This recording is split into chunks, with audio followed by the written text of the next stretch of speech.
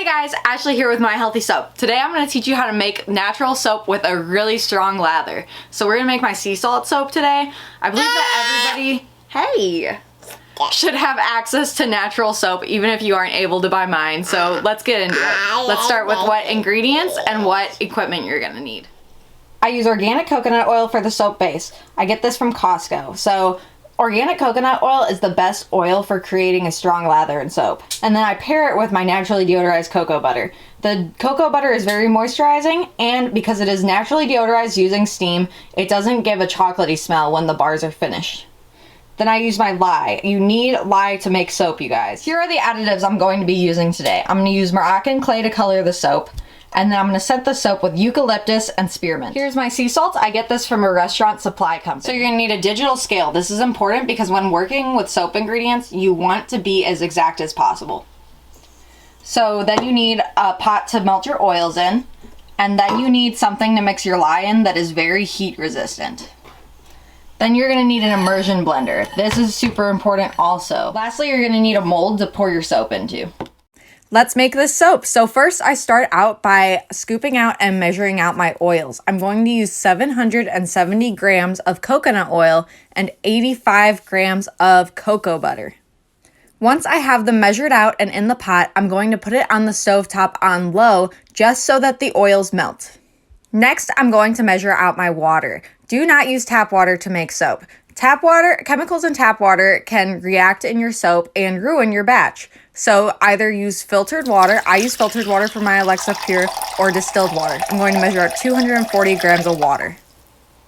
I just want to pause this video real quick to talk to you guys about working with lye. Working with lye can be dangerous. You need to be cautious. You need to wear eye protection. If you get lye in your eyes, you can go blind. Lye has a pH of 14. When a base mixes with an acid, it creates the salt, which is what we're doing by making soap. The base neutralizes the acid. So just make sure you guys be cautious. Don't be scared about working with lye. Just always wear your eye protection. Now I'm dissolving my lye in my water. I take this outside because it can create some fumes, so you need some ventilation. Also, warning, it's going to create a lot of heat.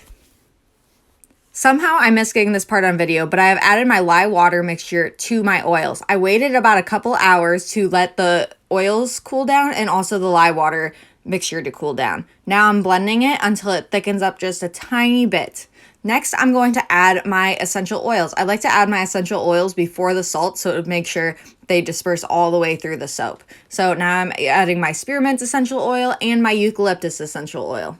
Normally, I would also add my colorant now if I wanted to do a solid color bar of soap, but because I'm going for a little bit of a swirl design in this bar of soap, I'm going to add it later. Also, you guys, you should still be wearing your eye protection right now as you are still working with raw soap batter. Now I'm adding 436 grams of sea salt. Make sure you blend the sea salt into the soap mixture really well because it can kind of clump up sometimes.